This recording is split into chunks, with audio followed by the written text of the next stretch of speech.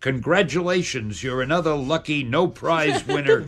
You'll find it enclosed.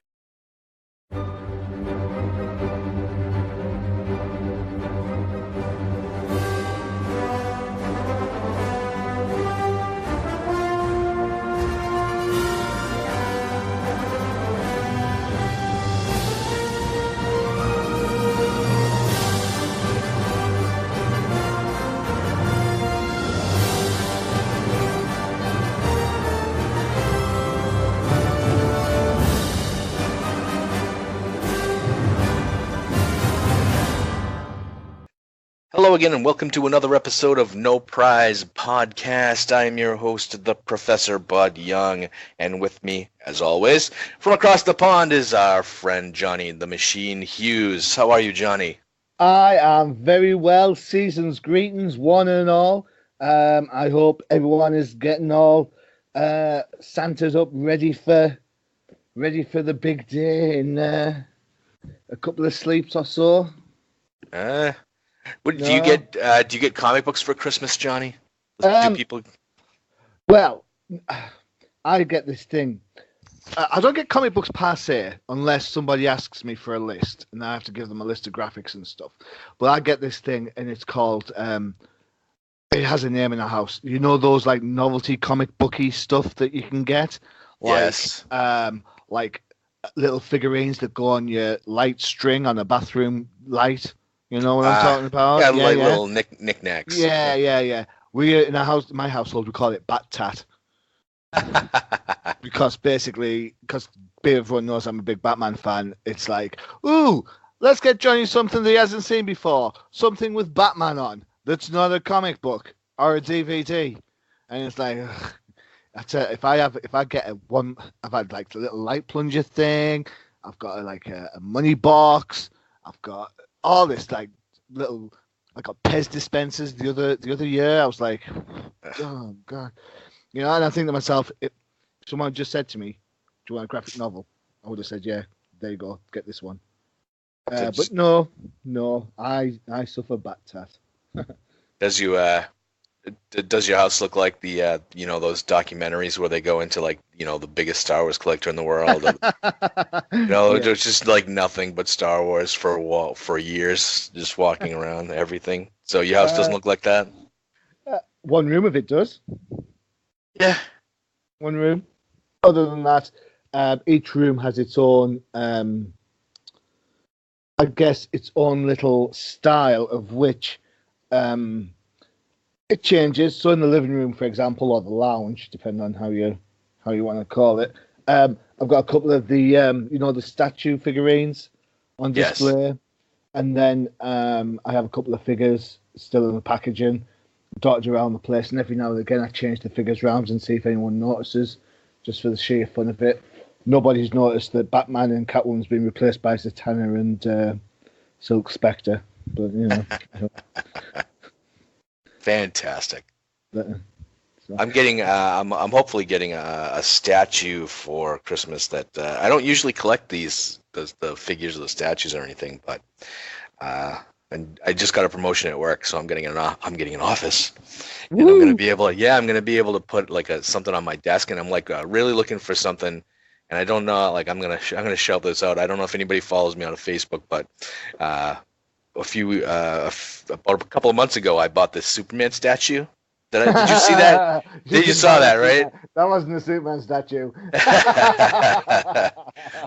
Little did I know. It looked. The sculpting was amazing. If you looked at the original picture of what I thought I was buying, was a Christopher Reeve sculpt with Crypto, and it was like I saw it and it just warmed my heart, and I was like, I must have this for my office.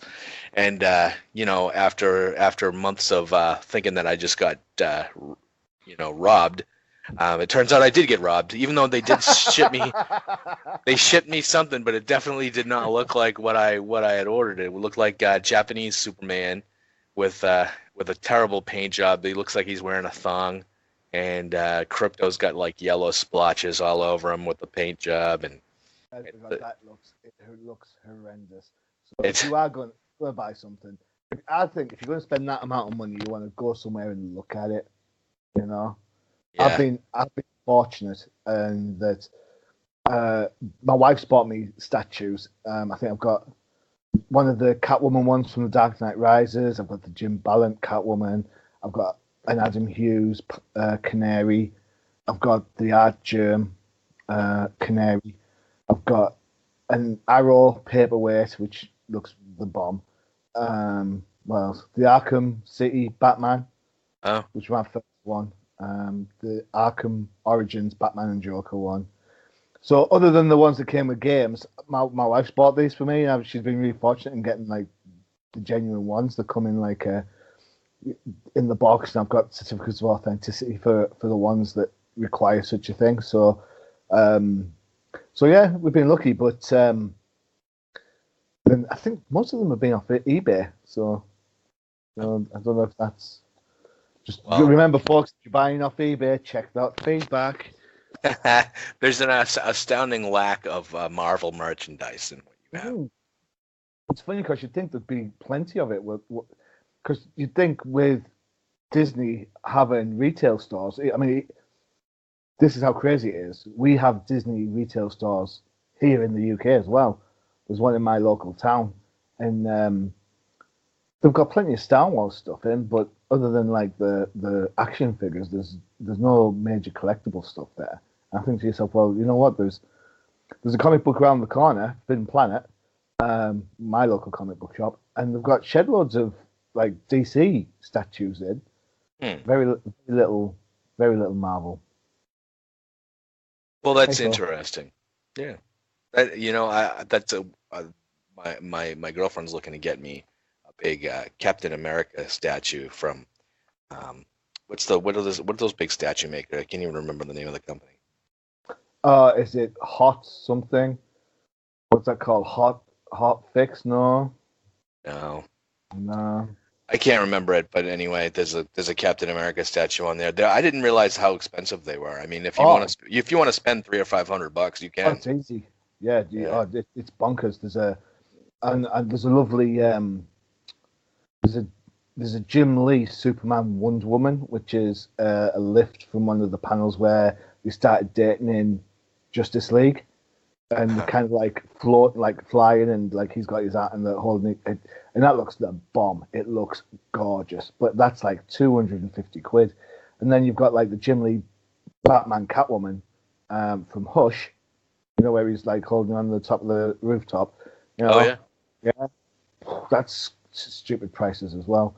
So if you are buying merchandise, try and find one that represents the artist that you like. So, for example, the Adam Hughes Black Canary. Bingo.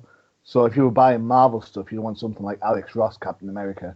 Oh, of course. Yeah, that would be the way to go. Yeah. Although that said, I've been seeing some of Chris Samney's stuff recently on Twitter, and some of his stuff's really good. I liked he tweeted a picture of Captain America and Diamondback, and it made me laugh because we were talking not so long ago about how Diamondback used to date Captain America. Yeah. He smiles like, yeah, it's not just my figment of my imagination. Somebody else remembers it. It really did happen once in the universe a long time ago. The Mark Gruenwald run, the legendary Mark Gruenwald run. I'm reading that book again. The Untold Story of the Marvel Universe. Oh yeah. It's funny because I'm reading about the glut of quality over the quantity over quantity over quality, and back from the 70s and the early 80s, and how they had like a couple of titles that were doing really well, and then they had like a bunch of titles that weren't doing so well. And the parallels that I see, I don't think the comic industry has actually changed at all, and how people think it needs to be ran, especially from the big two. I don't think it's really changed at all. I think it's worse than it's ever been. I mean, just talking about the last 2 weeks of books, between last week and this week, we had like 56 releases. That if you if you're like me and crazy and read the whole line, it's impossible to keep up with. See, that's not crazy reading the whole line. Crazy is buying the whole line. This is true. Yeah, I mean, our friend and colleague, the 13th Crusader, who has seemingly disavowed himself of DC Comics because Gwen Stacy's in Spider-Verse. When New 52 started, he made an effort to buy all the New 52 number ones. And there's like 52 of those bad boys. Yeah, 52 times Crazy. 3, yeah. And I was like, you know what, bollocks of that. I just picked the ones I wanted. And some of those I got rid of pretty sharp. Yeah. But never mind. Marvels are what, $4 a piece now, or are they 5? Some it ranges now. I think long gone are the days of the $2.99 book. Yeah. I think $3.99 is pretty much the standard price now for a comic book. Well, it's definitely quantity over quality for sure. Therefore, it's definitely a Marvel thing. I mean, don't get me wrong, DC put out a lot of books as well, but 50. How many did you say? So there was, 55? I think there was 28 last week and then 28 the week before. So that's 56 books. And 56 that's books over 2 weeks. insane. And the thing is, I don't really mind that. The knock-on effect for me is if they're going to put 56 books out, some of them are going to be absolute turgid books. And same with DC. This isn't me saying DC is fantastic and all that. What it impacts is the fact you've got publishers who are trying to eke out a living and try and get their books on the racks, and there's just not enough rack space. Yeah, you can have 56 Marvel books out there, but then there'll only be like 2 copies of a Vault comic out there, and Fearscape is absolutely kick-ass. If anyone's reading that, read it. Prodigy by Mark Miller, go and read that. That's great. The Amy Chu stuff on Red Sonja has been fun. No pretensions. It's just Red Sonja, red hair, waving a sword about killing bad guys. It's a fun book. It's what Red Sonja should be about. But all these books are having to compete with 58 different Marvel books, and then not the same amount, but a large proportion of DC books on top of that. And you got to think, well, something's got to give. Well, so maybe because you're more in touch with the retail scene than I am. You go to your local comic book store, and I pretty much don't. But hashtag love Forbidden Planet. So my question is, what's the cutoff? Like, where does a retailer decide to put, say, an extra couple of copies of the latest issue of Iceman versus Mark Millar's next book? Well, I think the guys at Forbidden Planet, my local shop, when it comes to ordering, they play it safe. So, for example, I've said in the past how they don't order a lot of X books, but they went all out for the new X-Men, Uncanny X-Men #1.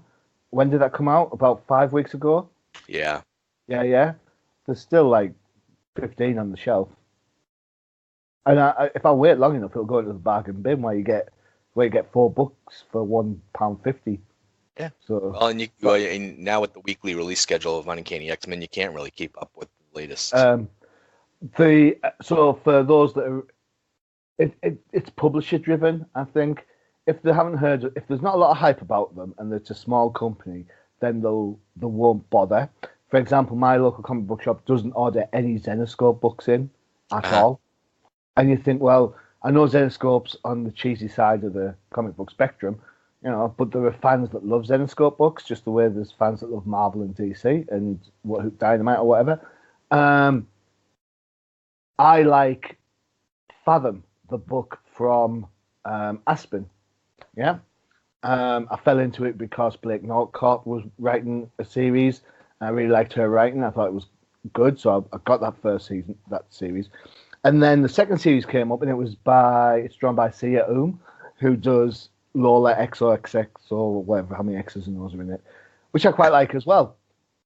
But after issue 1, they didn't get any more issues. Because, well, no one's going to read Fathom. I was like, I read Fathom. And luckily, they rang the warehouse and got, an extra copy for number 2 to come in. So I got 1 and 2. But I've missed number 3 because they didn't order it in the order 3 months in advance. And then I've gone 4 and 5. So I have to do some searching for that issue. So unless there's big press about it beforehand, my comic book shop won't take the chance. There's not a lot of Valiant books out there in my local area. There's no Zenoscope. Very few Vault, which is a shame because Vault comics are absolutely kicking it right now.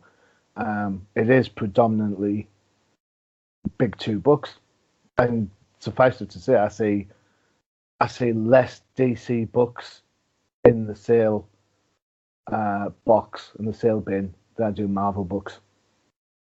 So I know. So some of that would be cost. Some of that would be cost DC. They won't order as many DC books in potentially, but it does mean that the books that they order from DC are being purchased, whereas the books that Marvel they're getting from Marvel aren't getting picked up. Right. I mean, I think I could go in there now, and there's like last time I looked, there was one box, but like 3 different packs, and each one had 2 different Champions issues in because you get to see because there's 4 books, so you get to see the 2 outer ones, and then it's a surprise in the middle. And so I could have potentially, if I wanted to, I could have picked up, 6 issues of Champions for £4.50. Wow. So I guess I apologize for opening this can of worms, but I think it's an interesting conversation. Well, so how much weight I mean, and you probably not, but I mean other fans that might not be as savvy as us, that we know what's coming out and by who and when, and the hype is there. How much are retailers relied upon to kind of champion these indie books and try to make someone pick a book they wouldn't normally pick up over, say, like a West Coast Avengers or? That's a really good question. That is a really good question. I think, in my experience, you've got to get to know the guys and the girls that work at the comic book shop. Because it's like any retail environment, they want to sell you something. All right. We have this idea in our heads as fans that we're going to this sort of comic book mecca where everybody cares about comic books and have an interesting discussion about what's happening in this. The guy that runs my local Forbidden Planet hates comics. Absolutely hates them.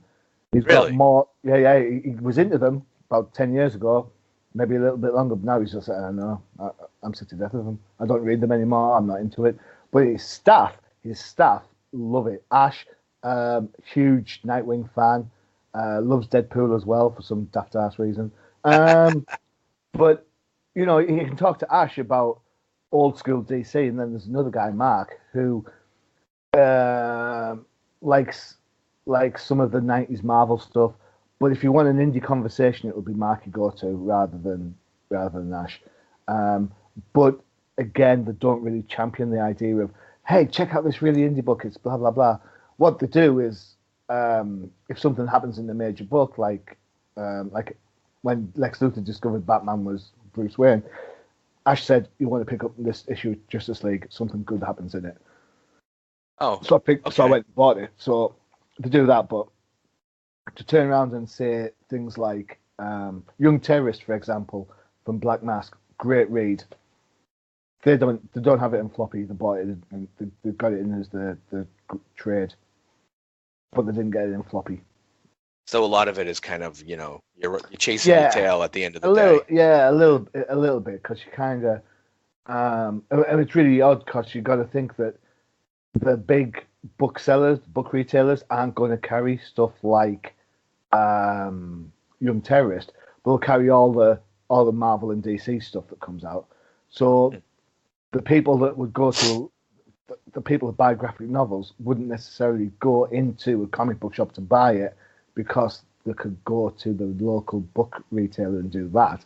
So so it's, you kind of you get in the vicious circle. You're not ordering the floppies in, then the book gets really good, so you order the trade, but nobody's coming in to pick up the trade because they're going to get the trade from the normal book retailer who doesn't order the book in the first place. So as an indie publisher, you're kind of always kind of fighting that double-edged sword of great press and no availability. And I'm actually kind of liking it, like you're talking about it, and I'm thinking about like what I do for work, and I'm an investment advisor, and I constantly have brokers calling me trying to get me to sell their fund, right? Mm-hmm. And whether or not it's Fidelity or Goldman Sachs or BlackRock, they're calling me and they're like, you have to get into this new fund, blah blah blah blah, and they're really selling it hard, to the point that they actually have these brokers actually show up at my work and want to sit down and talk to me. Now, are there companies out there that actually send retailers out to like say, hey, you want to put out this next issue of Xenoscope because it's great and blah blah blah. I wouldn't. Over here, we have one. As far as I know, we have one Diamond Publishing warehouse, which is down in Manchester, a place called Warrington. And as far as I know, there's no reps that go out and sort of like promote Xenoscope over Vault, over Dynamite, over, So I think comic shops need to be a little bit, at least the ones near me, they need to be a little bit savvier. And kind of work from that point of view and go from there. I will say this, it depends on your market as well. There's a comic book shop in York. York's quite a historical town. It's a little bit south from where I am. And there's a comic book shop called Traveling Man, which is another brand, like a franchise type thing, to challenge the Forbidden Planet chain, I guess. And the Traveling Man in York is 80% independent stuff and small press stuff, like really small press. Really? Yeah. So that's kind of like, where the hip people go. Yeah, that's exactly right. So it's kind of, yeah. So it's, and you can talk to them. So I've been in there before. I've bought a couple of things. But when I asked for Vampirella Zero, I think it came out 25 cents.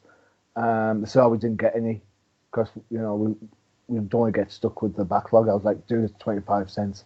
It would have cost like, you know what I mean? It would have cost you like 10 pence and you sell it for 25 pence and you're making like 150% profit on that.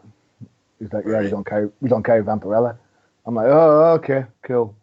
But so it's kind of, you look at the page and they've got like their rack of their big two stuff, and then it's 90% of the rest of the store is independent and small press. So I guess it depends on your marketplace and the customers that you get. Oh, yeah, well, I think this is an interesting discussion because I could talk about like the business of comics all day long. So it's great to kind of get down on the nitty gritty. But yeah, we're here to talk Marvel. But go Marvel, go Marvel, go Marvel. So I want to say I have a little bit of Marvel burnout, and I did mention a bit ago that the 56 books come out in the last 2 weeks. I've read them all. And it's well, the sad thing is I have a life as well. So these books it's like nights and weekends in my spare time to read all this stuff, and it's kind of sometimes a difficult slog, Johnny. And I know how you try to read a whole bunch. I'm sure you read more than me. I'm sure of it. It's not. I don't know. I mean. I obviously I read for TDC, I read for MPP, and I read, of course, for the Comic Crusaders reviews as well. I'm not going to lie, I do try and maximize my time. So if I know I'm going to be doing a podcast on certain books, I'll try and pick a book that I know I'm going to review, so I don't have to read 2 books. See? Yes. Is that cheating? I don't know. It's not. No, it's not, man. It's whatever you fit your time into, man. It's cool. And on top of that, of course, then I read what I buy for myself, which has to be said is getting harder and harder because of the amount of books that come out. Right.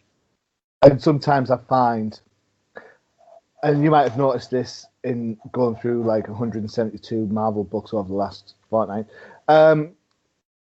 If you hit a bad run or stuff that you're not quite enjoying, it takes the fun out of it. It makes it harder. And then if you read like a couple of books that aren't really your cup of tea, then that closes your perception on a book that was really, really good. So if I hit that wall, I need to like get away from comics for a bit and just sort of like do something completely different. Well, you know how it's how they say you don't see the forest for the trees. This is almost like you don't see the trees for the forest. Yeah. And I think with Marvel books, I think there is. It used to be that the quality of the quality books would keep the would raise the bar a little bit. So it would be like back in the day when it was X-Men and Spider-Man doing fantastic. It felt like they were carrying the line, whereas now it's the other way around. Whereas the more dreary, not great books are actually dragging the X-Men and Spider-Man and Avengers down a little bit. Yeah. At least that's my perception. I don't know if you agree with me on that one. I kind of agree along the whole Marvel line. It seems like it's everything's being written towards like an ending for a story, which never really looked at, and everything's being written for the trade. And then would they change creators so much that it's you don't get the sense of an ongoing continuity anymore. It's And basic. this brings up our first discussion point before we get into the books.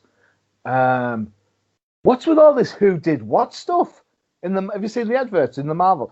Who made Peter Parker turn back from no more? Yeah, it's an advertisement. Who made the Fantastic Four go into space? Yeah. Who did? It's like who came up with the idea of yet another reboot? It's all an ad for one book for a Cosmic Ghost Rider. It's Cosmic Ghost Rider like kills the Marvel Universe or something. It's like an advertisement for one book. It's not going to be like a big. Well, I don't think it's going to be like a big crossover. I hope not. But I hope it isn't, because I just said. I think I said last time when we were talking about it. I think it's just a little bit tacky, because like Stanley's been dead less than 6 weeks, and all of a sudden, it's like boom, we're going to start rewriting some of the key moments. It's funny because I looked at it. I looked at the font, and it is quite flamey. And for a perverse moment, I actually wanted to be the Watcher. That's who I wanted. I was like, let's bring the Watcher back, and because he's not supposed to meddle, but he meddled when the Fantastic Four went up against Galactus. So kind of bring him back as the ultimate meddler, like a rogue Watcher. Yeah, like kind of, he knows, because he sees what's happening in the universe. He knows that Peter Parker has to go back to be Spider-Man. Yeah, so he made Peter Parker go back to be Spider-Man. He knows that the Fantastic Four have to get the powers, because if they don't, Johnny Storm won't be able to go back into the negative zone to get the nullifier that will stop Galactus. Yeah. Yeah? See what I'm getting at? He knows this stuff. That would make more sense than the Cosmic Bloody Ghost Rider. That would be cool. That would be something that I would read. Marvel Universe as written by Johnny and the Professor. Check it out. There you go. So let's jump into the books this week. Go for it. Yeah, we got 4. I'm gonna let you start because really? No, I am. Yeah. Sorry to drop that ball on you. Right. I'm going to give you the talking stick, and let you start with the review of Life of Captain Marvel #5. I like the way you said you let me start and then you picked the book for me. Jeez, man. Oh well, I'm sorry. Would you like to pick the other book? No, that's fine. I'll go with Captain Marvel. It's fine. It's the illusion of free will that I really liked. I gave you the illusion of choice and control. Oh, I know what you've done here. You've looked through and found the ones with the worst names to pronounce. I'm wise to you. Oh, there we go. All right. So Good luck. Thanks. Cheers. Life of Captain Marvel, and I have to say, I've vented my spleen more than once on the changing of Captain Marvel's origin to suit the movie, which is just bad form. That said, I do think that Margaret Stoll, check that one out. Oh, there you go.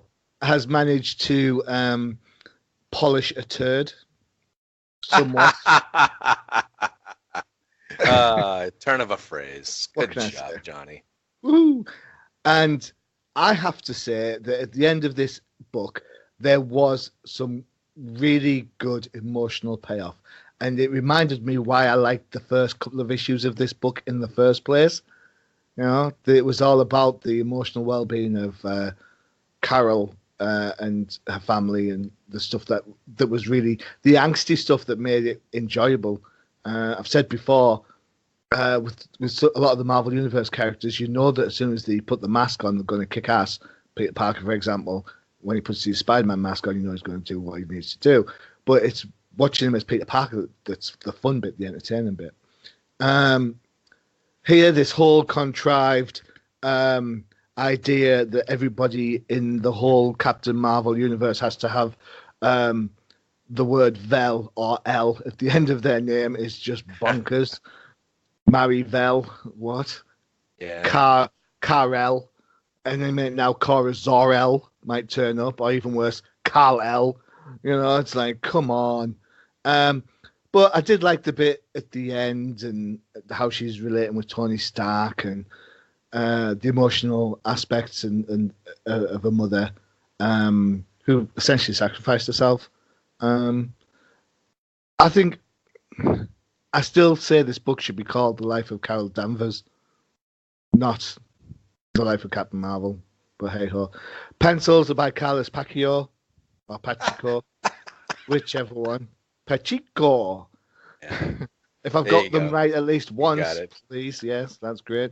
And that's for the present day, with inks by Rafael Fonterez. Colors look great for the flashbacks more than the regular day stuff. But I'll go through it. Marcio Menez and Federico Blee, I should say, is present day, and Margaret Savage, that's what I'm going with, is the artist on the flashbacks, which kind of makes sense in the book. If you've been watching the trailer, you'll recognize certain scenes in that, and that's all as it is. And Clayton Cowles is doing the letters, whose work you'll have seen recently over on Heroes in Crisis. So, all in all, started off really well. Took a bit of a plane crash in the middle, and kind of got to 10,000 feet, I guess. So, all in all, I will give this An Invisible Woman. All in all, I think there's been some flame on episodes, but there's been too many clobbers. So yeah, Invisible Woman. So I tend to agree with you. I think the best part of this issue, and probably the best part of all the issues this week, were the Stan Lee portrait at the beginning of the book. Mm-hmm. It's kind of just, it kind of reminds you that Stan Lee created this universe, and then you read a book that really has nothing to do with him. Yeah, I was just about to say, he didn't create Captain Marvel, or not at least the Carol Danvers version of Captain Marvel, before people start hurling abuse at me. Although I will say this on the podcast, if anyone tells you that Stan Lee created Captain America, they are flat out wrong. I don't care that he revigorated him and stuck him in Avengers. I do not care. That's like saying John Byrne and Chris Claremont created Phoenix. Oh, yeah. Jean, it's bullshit. Stan Lee and Jack Kirby created Jean Grey. Hey ho, what are you going to do? There you go. Yeah, Captain America was created by Joe Simon and Jack Kirby. So. Yes. So. There you go. So yeah, I think you hit a lot of the high notes on this book. What took me out of it is the bad guy in this book. What's it called? The cleaner or something like that? Is that what the name of the villain is? Yeah, the Kree cleaner. Yeah. So apparently the villains in this book, the female villains, are naked the entire issue because aliens don't care about clothes. But I do like the strategic placement of these balls everywhere. Like whenever there should be like a nipple shot, they put a ball there. I thought that was kind of took me out of the book, honestly. I agree. I hadn't really noticed it because I wasn't paying that much attention to the art, especially the fight scenes, because the fight scenes, it just looks like chaos on top of colors on top of chaos. So I didn't really pay much attention. Yeah. But I think you're absolutely right. If you're going to go out of your way to show the alienness of a character by not having them wear clothes, then hiding the bits, or at least some of the bits, it sort of erases the point you were trying to make. Yeah. I know there was a lot of furore and uproar about a certain male appendage in the book a couple of months back, but how else would you show someone's naked? Right, It's like, right. hello, you know. But You- and I'm not saying that one gratuitous nudity in my book, but if you have to do the whole um, hiding behind strategic objects, then find a better way of making someone appear alien, please. they do the whole. They could do the whole Austin Powers thing, you know. Yeah, I was thinking Austin Powers. I was also thinking Jay Maguire. Oh yeah. There's a scene in Jay Maguire when he's with his agent girlfriend before they split up, and Right. there's all sorts of crazy crap going on there. But There are also a couple of panels in this book where the cleaner actually looks male. just the way they draw her from the side or from behind. It's like, well, where did her breasts go? I see pecs. I don't see breasts. And that, I mean, that's kind of like a minor artistic flub. But as far as the story goes, I think we both agreed that Margaret Stoll has kind of crafted a pretty good story out of, I'm sure, was a editor mandated plot to kind of bring the story kind of in line with what's going to happen in the movies. I'm going to be a little bit more forgiving than that. I don't think this is editor mandated. I think this is very much higher above that.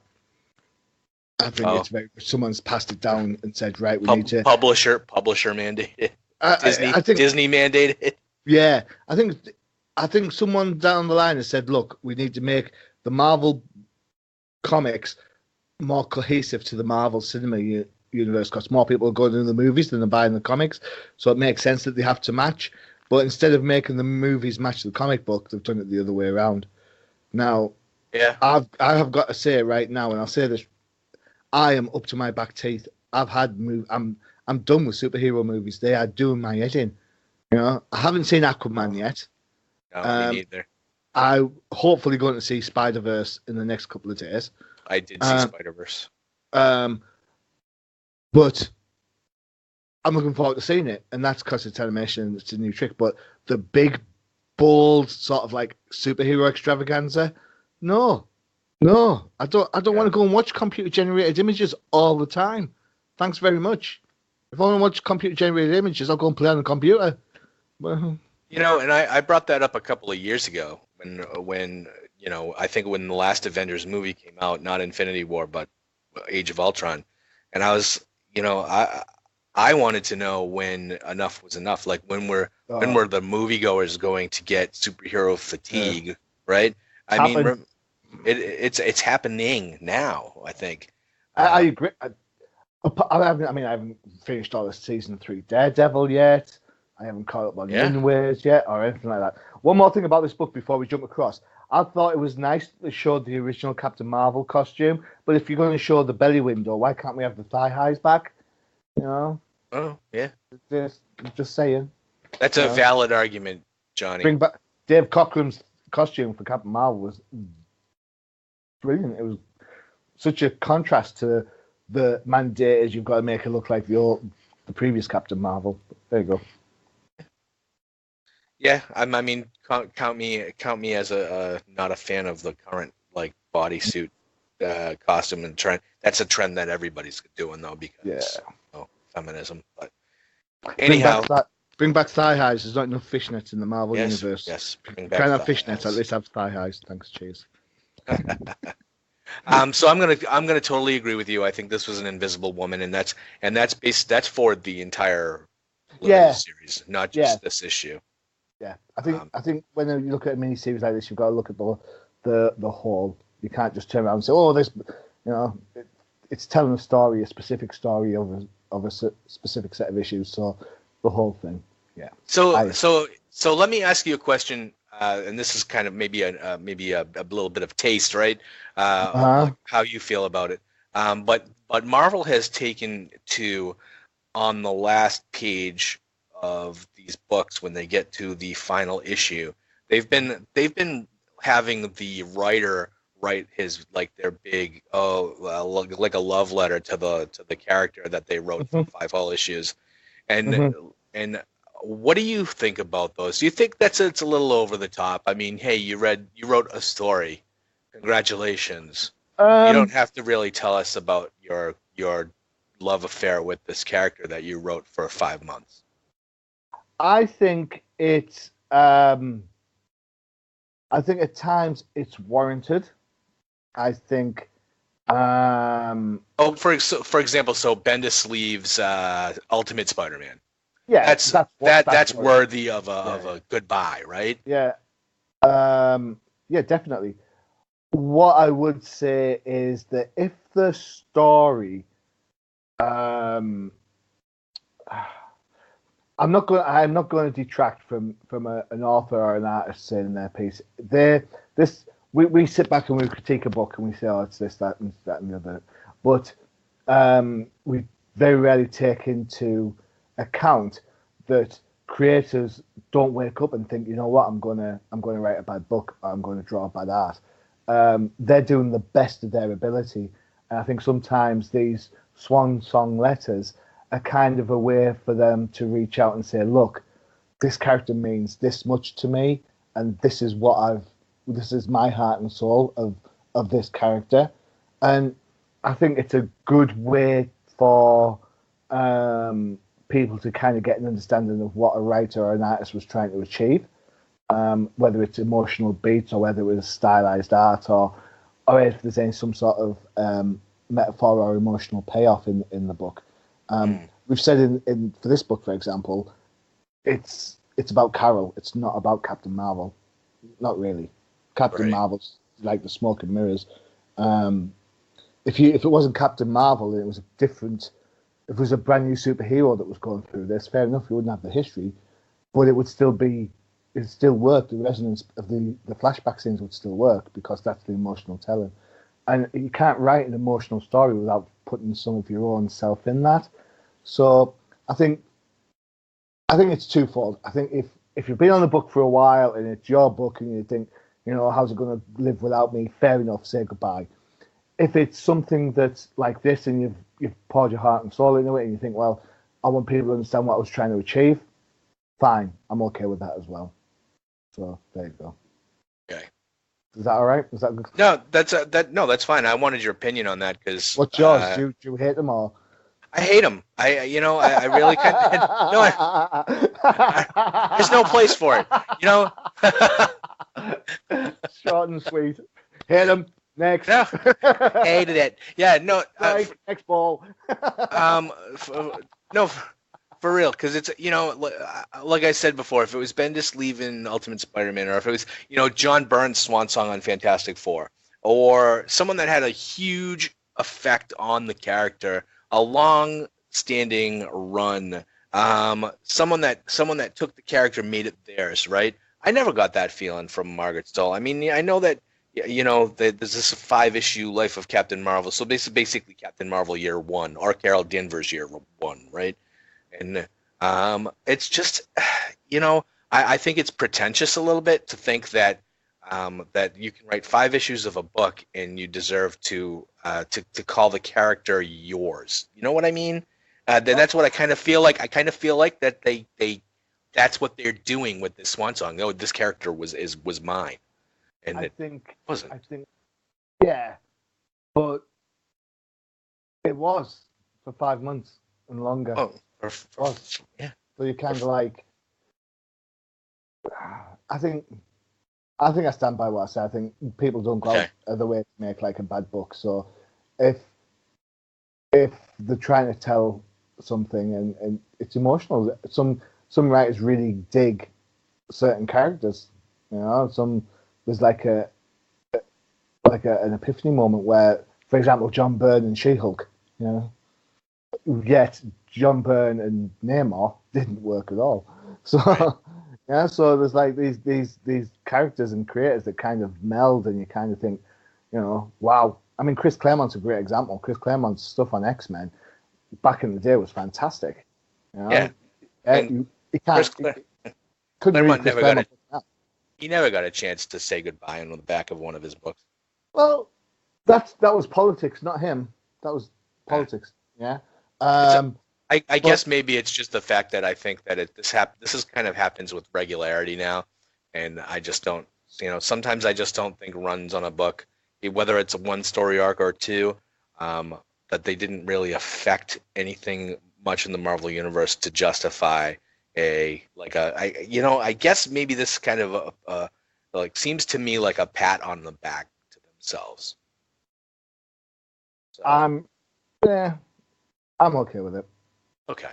Well, I mean, I think it was worth a question that asked. So, No, good. I'm glad you asked. all right. So let's jump over to number two. I'm gonna jump into Punisher number 5, and let me just pull it up for a second. I know I forced you to read a book. I'm sorry. It's the 5th part in World War Frank. Written by Matthew Rosenberg, who's See, you get the easy ones. God damn it! Oh wait, did you see the artist? Come on. Oh no! Give me a second. Let me get there. So Matthew Rosenberg, he's been writing Punisher for a little bit now. He has, yeah. I think this is the end of his second story arc. So, I expect a swan song letter any minute now. That artist's name's dead easy. The artist is Simon. So I'm going to call him Simon, even though there's a Z in there. I think the Z is silent. What do you think? I think it's silent. I think it's Simon Kudransky. That's how I would have said it. Good. And the colorist is Antonio Fabela. I would have said that as well. We'll shut up the letterer since you did it before, Corey Pettit. It's a VC. Now, who's VC? Is that a company that? Yeah, so VC is it's a lettering company, and a lot of letterers work with particular studios. So you'll see a letterer get introduced by the studio that he owns or is part of, and then the name. So I mean, the big one to watch out for in that point of view is Taylor Esposito, because he's part of his own lettering company. So it's fine. I don't mind the shout outs. It's fine. Okay. So jumping into this, this is a full on last issue of the story arc, fight issue. Which I mean, all issues of the Punisher are fight issues. Yeah. And he's going up against the Mandarin or the Mandarin's flunkies and Baron Zemo. So this is the first time I think I've seen a Punisher story arc where he's actually going up against established Marvel villains, like whether you say they're Iron Man villains or Captain America villains. Mm-hmm. It's the first time you see the Punisher kind of going up against other people's villains, really, unless it's like a bullseye. I really kind of I enjoyed the violence and the gratuitous gore. Which, it is kind of like every issue is different. I like that Matthew Rosenberg tries to throw something cool that maybe we haven't seen before visually, and I think that they've tried to do that in every single issue. I love how Frank is going up against one of these Mandarin guys. He's got one of the 10 Mandarin rings on, and Frank bites the guy's finger off. I thought that was pretty cool. And then he gets up. He ends up taking out this guy, and then they end up fighting. It's like I said, it's a big fight issue. But he ends up with wow. He ends up in the office with Nick Fury. Nick Fury catches up with him in a Hydra office, and so Frank assumes that he's working for Hydra. But you realize that there are a few other heroes that are working with Nick. Hydra. Hawkeye, Winter Soldier, and then Power Man and Iron Fist. I call it Power Man. Sorry, guys. It's Luke Cage, but he's Power Man to me. Mm-hmm. And then it turns into a Punisher versus these guys, and it kind of does a pretty good job of taking them all out for the most part until he, gets cranked, and you knew he was gonna. And I love the end page. I love the way this guy draws Baron Zemo. And no, usually people draw Baron Zemo and it's just the hood, but this guy Mhm. draws it like a thin veil that you can kind of see his face through it. That's kind of unique. I don't think I've ever seen anybody draw Baron Zemo like that. Mm. But it's exactly what you expect from the Punisher. I don't know if I would flame on this issue, simply because it is kind of more of the same. Kudransky's art is really good. Reminiscent of, do you remember? Do you know Tim Bradstreet? No, No, no, don't. He's an artist that did a lot of role playing books like Shadowrun and all that stuff. It's some really great pencil art, and this guy kind of reminds me a little bit about him. Mhm. Well, in some old Punisher books, Bradstreet did the covers for some old Uh, Punisher books. Anyway, I think this is probably a bit of a stretch. It's not a flame on. I've read better Punisher books, but I like the story. I mean, I love the fact that he's going up against heavy hitters from Marvel, as heavy hitter as you want to think them Mandarin and Baron Zemo are. But it's a great story. okay. Go ahead, Johnny. It's a clubber for me all every single day, of every single week. There's no nuance to it. It's just fight, fight, fight, fight, fight. There's no way the Punisher can take out all of those people. Not in a million years. And if he is going to take them all out, when he tries to, outpower Power Fist and out Iron Power Fist, what am I talking about? Outpower Luke Cage and then make Iron Fist miss with his fist and then catch an arrow and all that stuff. It's like, and they just get shot. It's like, come on, do something better than that. It's kind of, there's no. You try and make it interesting, and then you think, oh, we better just shoot him. What? You've just stabbed him with an arrow. Why? But no. There's a panel as Iron Fist. So Luke Cage has got him. See if you can dig it up. What page am I on? I don't know. I don't know where's the page number. Page 20 of 28. And Luke Cage is in the middle of the. No, I'm getting them all mixed up. Luke Cage has got him. Iron Fist. He's got there with his hold there. Check his right hand. You hold your hand in a fist. You tell me, how does your thumb touch your little finger? Hmm. Yeah, well, I have a long thumb, so Oh, I'm trying to. No, I'm trying to do it right now. So basically, it looks like his thumb is on the other side of his hand. That yeah. I don't know what's going on there. I didn't enjoy this book at all. I didn't think it was great.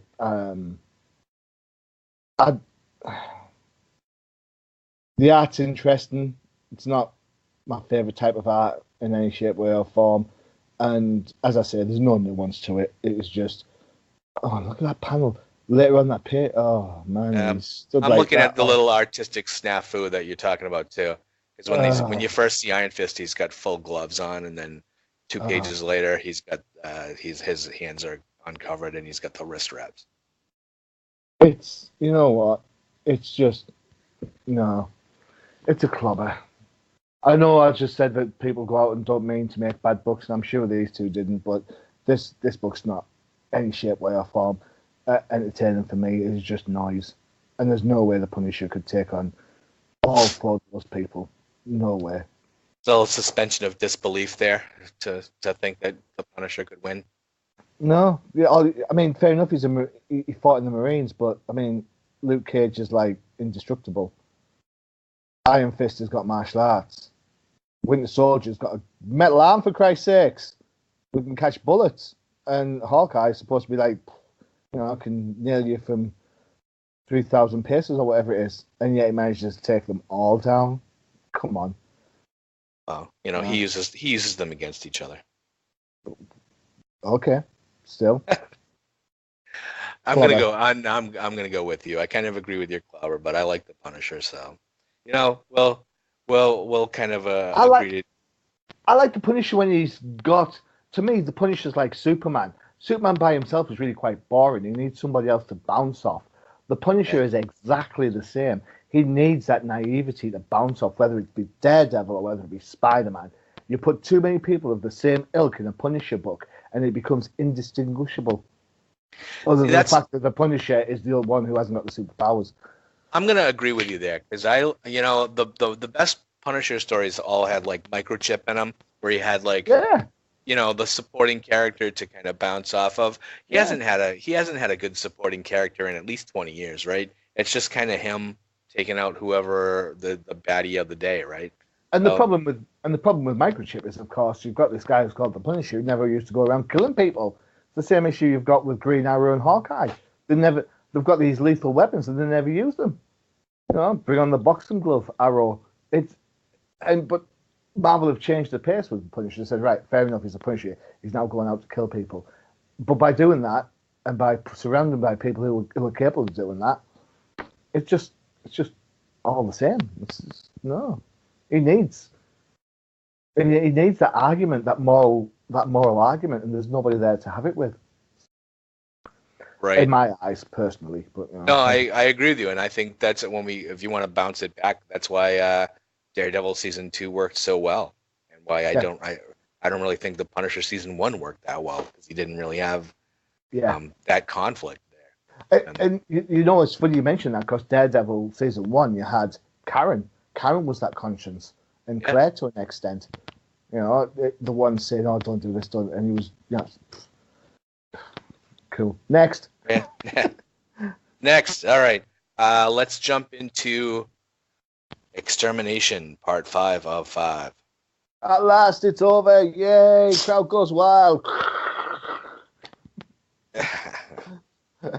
Was that a bit harsh? That was no. That's not harsh at all. Okay, right. Here we go. We've got on writing. We've got Ed Bryson. Artist is Pepe Larraz. Colorist is Marte Gracia. And VC's Joe Sabino is on lettering. Very similar. So it looks like VC's got lettering locked up at Marvel. Yeah. VC for the win. This is very much like the Punisher book to an extent because it's all fight for the majority. That said, there are some nice little bits in. And I'll get to the nice little bits before we talk about the massive great plot hole that's in it. I can't wait. Oh, man. I didn't spoil it the first time, and I got it on reflection. But hey-ho. Yeah, fair enough. Oh, look, switcheroo. It wasn't Cyclops that got stabbed. It was Mimic. Da, da, da. Okay, whatever. I did love the bit with young Cyclops giving it, then we fight, and then X-23 going, I love this side of Kid Clops. I thought it was quite cool. In that it's a little bit more respect than Summers normally gets off Wolverine. So, not being up on my mutants for a while, the two kids that were able to turn people into hounds just by touching them was a little bit extreme, but it was interesting enough. The art works in a lot of places, although there's a really dodgy picture of Jean Grey on page... Where am I, page-wise? Someone tell me. It's just in the middle. Page 5. Yeah, the purple, 5 or 6. Yeah, the purple page where she's... I mean, I don't understand what's going on with the hips there. It's just wrong somehow. Overall, the story ends how you expect it to end. The ex-babies have to go back in time to the exact moment they left. In between that, Baby Grey goes back to see the kids and work out through a conversation how to stop the powers so that the future selves will be able to win the fight. Of course, here's the great plot hole. When they go back to their original time, they all get mind wiped, so they forgot everything they experienced. If Jean Grey forgot everything she experienced as a baby Grey, how could Senior Grey actually remember it? That's that's a gaping plot hole. And you're like, what? And at the end, it even says, how did you do that? I didn't. Jean did. And you're like, well, Jean couldn't have done it because she's forgotten what she found out.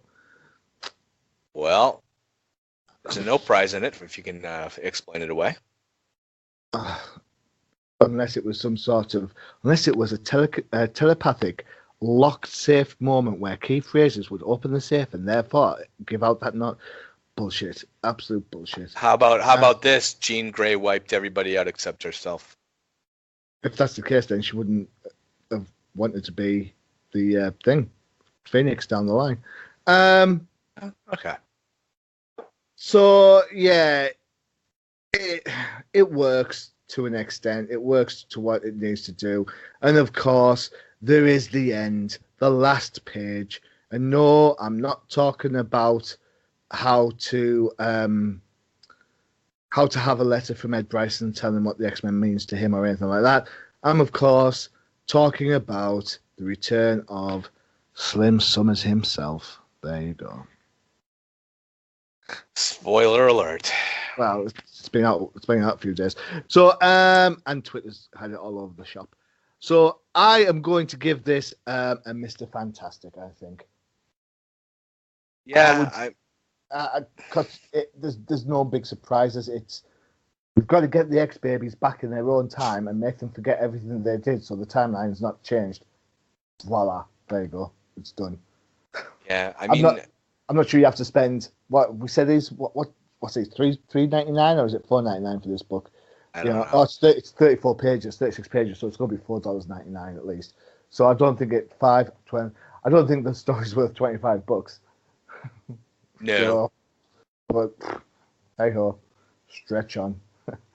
So, I'm gonna agree with you on the stretch. I don't know why. I mean, I guess we picked a bunch of books that we're all gonna agree on this week. But I always thought Ahab was kind of a weak villain. The hounds and everything just seems like, whenever there's time travel involved, I just get a headache whenever X-Men continuity is messed up. If this is, they go back in time and they mind wipe themselves and everything is back to normal, would this be the first example of Marvel actually fixing their timeline? No, I don't even know. Because their timeline is so messed up anyway. Like, why would they even care? It's just like, I mean, Days of Future Past when it first came out was brilliant. It was absolutely the bee's knees. Then they went and complicated it by throwing Ahab in there, so they could have Rachel Summers. Then they went and complicated the future again by showing Bishop and what he stood for. So if you've got Bishop, why is he fighting Ahab? And what's Ahab got to do with Days of Future Past when the Sentinels are about? Why do you need hounds if you've got Sentinels? And then they started doing the stuff in between, and you're kind of like, it's hard work. Do you remember Babylon 5, the TV show? I do. I love Babylon 5. I love Babylon 5. So season 1, Babylon 5, they do that two-parter. I think it's A Voice in the Wilderness. I think it's called, where they go and they jump into a different time zone in the future of Babylon 5, and then they see like snippets of the future, so they see the station get blown up and whatever. And then in season 2, maybe season 3, they go back and revisit it and tie all the pieces together. Yes. Yeah, and then at the end, the last shot of the show, then in season 5, is the station blown up. Yeah, there's some points in there that make no sense when you tell the story, but you kind of forgive it because the future's changeable. With X-Men, it doesn't seem like the future's not even changeable. It's like it's changed by the time you've got turned the page. Never mind, got to the end of the book. Yeah. What do you think about Teen Cable? Because the timeline's all fixed and everything, but yet we still have Teen Cable. I think when it comes to Cable, he was. Let's be honest. Historically, you've got Cable as a kid in X-Men 201, who gets taken away, and then you've got Cable rocking up in New Mutants 87. Somewhere along the line, he's got to have grown from the Bambino to the old man. Yeah. So it figures that he's going to time slide all over the place, or body slide, or whatever he calls it. I don't know. He's a walking thing, isn't he? He's a walking time travel. He's he's a walking Deus Ex Machina where wherever there's a problem, Kid Cable can just turn up and save it by doing some timey-wimey stuff. Yeah, I don't know. And So that's the thing is I just feel like maybe they should just stay away from time travel and but this is what I hate about Marvel these days because everything's time travel and everything turns into a what if, you know, and why have a what if book if everything's gonna be a what if? it's my concern. It's my chief concern on the Flash TV show because they go back in time and forward in time so often that you think to yourself there is no grave threat anymore because I can just go back in time and change it. And fair enough, they had the whole Flashpoint thing and said, "Oh, it's time travel bad," but if the sake of the world's going to explode, or do I do the hard way? Do I go back in time and just stop that one thing? It's kind of a no-brainer. Yeah. Once you've opened that door, you've got to go through it, and it's there. You can't get around it anymore. And I think Kid Cable has the potential of being that person, unless he gets his own book and gets lost in the time stream. But then, how's he going to interact with people and then people not know who he is? Yeah. Well, they do have the new X-Force book coming out that's going to have Team Cable in it, but why Deathlock? Why Deathlock? I don't know. Looks like a bunch of mutants and then Deathlock. Deathlock's not a mutant. Deathlock the robot. Yeah. Yeah. Deathlock's not a mutant. Deathlock's a mutant. No, he's not. He's not a mutant. Of course not. If you look at the last page of coming next month, it's down the bottom. X-Force #1. You have Cable, Domino, Boom Boom, Warpath, Cannonball, Shatterstar. So all the original X-Force people, and then Deathlock. Hang on, let me get there. X-Force. Uncanny X-Men Annual. Exterminated #1. Oh, that is Deathlock, you're right. Yeah, I know my Deathlock. Okay, cool. Interesting, right? So definitely. It's interesting to see Domino in that when she's doing so well in her own book, but hey ho. Well, who knows? Maybe that's bad news for the Domino book. I hope not. Domino's book. It's a fun read. It is a fun read. I like Domino. Maybe we should have reviewed that one. I was going to suggest it, but fine. Okay, next. All right. So Exterminator. We both read on the stretch on that one. Stretch on that one, yeah. Right. All right. So we're gonna jump into Runaways, and we've reviewed Runaways once before. I made Johnny read this. Maybe almost a year ago now, and it was a surprise. I didn't expect him to like it, but he really liked it, and I'm sure he probably hasn't read it since then. But now we're on issue number 16. The writer is still Rainbow Rowell. The artist is still Chris Anka. So a rare instance of creative team not changing. Pretty much running the same story. Pretty much all the same characters that seem to kind of be growing, and things are happening in this book that I actually enjoy. So just to let you know a little bit about this book is that the kids are all kind of imprisoned in this house right now with one of the Gibberum, which is one of the elder gods that they're going to try to sacrifice the runaway kids to give the gods power. So the kids are kind of trapped in the house right now with this little Gibberum demon-looking thing, kind of just standing guard, which is kind of funny, but it's a character issue, which most of these issues are. There's not a ton of action in these books ever, but the characters in this book play off each other so well, and they these little things that they do. If you read the entire series, they bring back stuff. And they have. I wish I could remember all these characters' names, but I can't. I know you know I I know can't help you on this one. you cannot help me. No, sorry, man. The mage there, the one that pulls out the staff. Oh yeah, she's pretty cool. Nico, that's her name.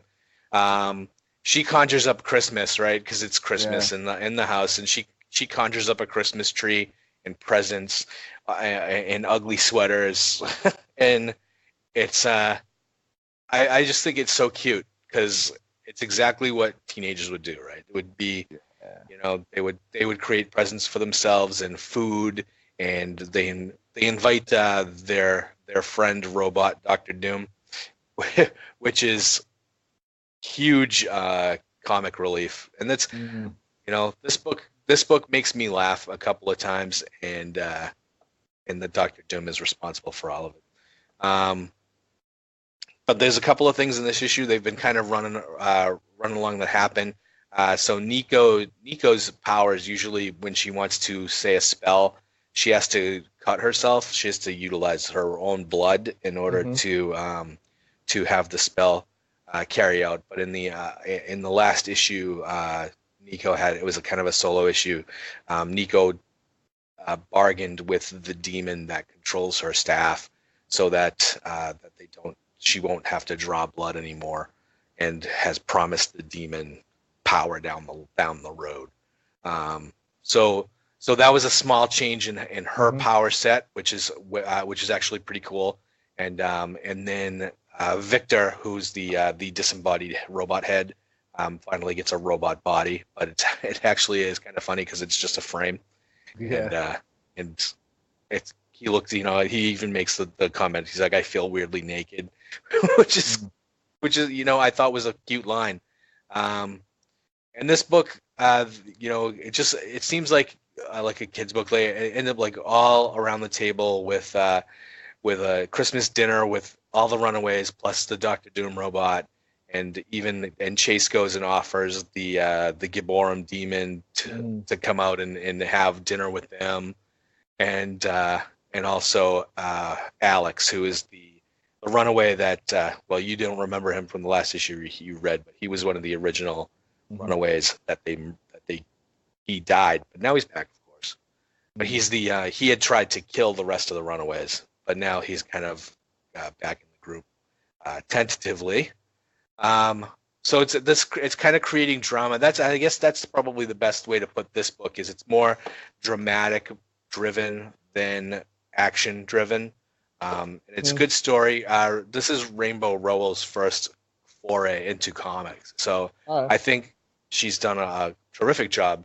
I maybe want to compare her to Margaret Stoll, right? So where she kind of is really good at kind of getting the characters to talk to each other and creating dialogue. I think this is a flame on. I think if you really if you want to read a good story, that doesn't really create anything or accomplish anything in the end. It's a one shot kind of Christmas party story. It's good. It's good natured fun. I like it, and I know I made you read it, Johnny. So what did you think? I have a question about the book. Sure. The blonde girl. I don't know what her name is. Carolina. Yeah, I don't know, the blonde one in the thigh-high boots. Yes. Is she dating the one that has the magic staff? They just started having a bit of a relationship there. Yeah. All right. Okay. Cool. And that and that is reflective of the TV show, because in Runaway season 1 they kind of implied a little relationship that might be starting between the two of them. And season 2 just dropped on the December 21st on Hulu. Oh. And you should watch that. It's good. Anyway, go ahead. I should, but superheroes on the box. Right, for a book that has shed loads of stuff going on that I have no idea about because I haven't been reading this book, I have to say I thoroughly enjoyed it. This is the best book out of the bunch we've read this week. I love stuff like this that's kind of drama driven, which is kind of what you said. Yeah. The Doom bot is is class. I just love the Doombot. I don't know how it's going to go. I think the cynic in me thinks that Gibbs going to save them somehow or sacrifice himself rather than have them kill him. But hey ho, see what happens.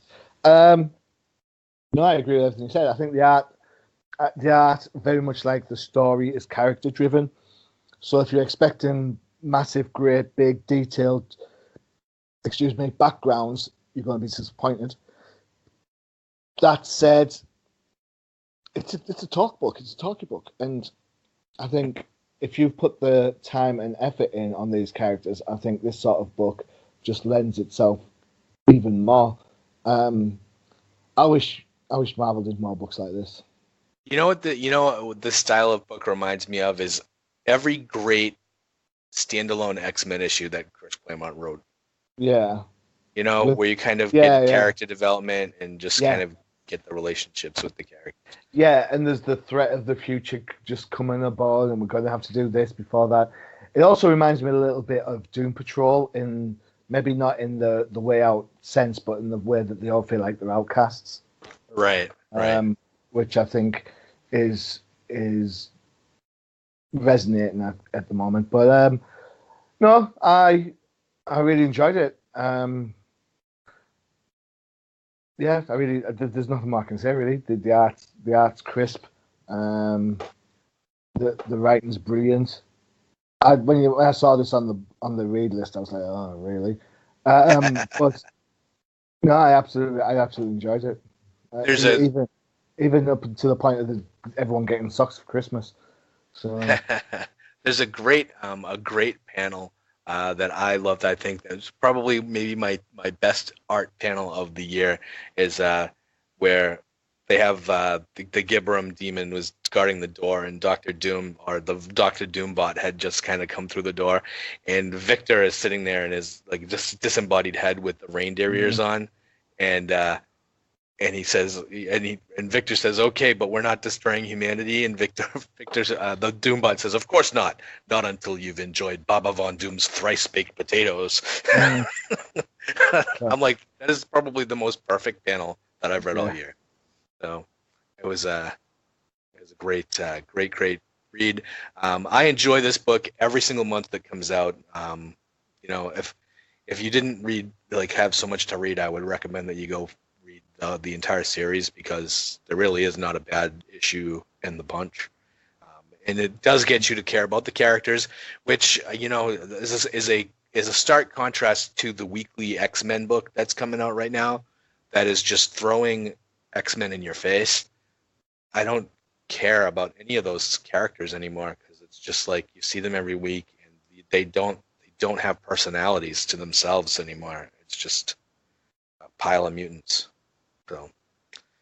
So anyway, this is a flame on. This is my highest flame on probably of the year almost. But if you're not reading Runaways, go read it. Go check it out on Hulu, because the TV show's not half bad either. Runaways for the win. There you go.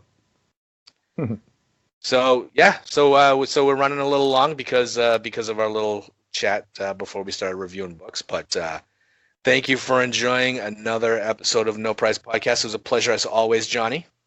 And great talking to you this festive season.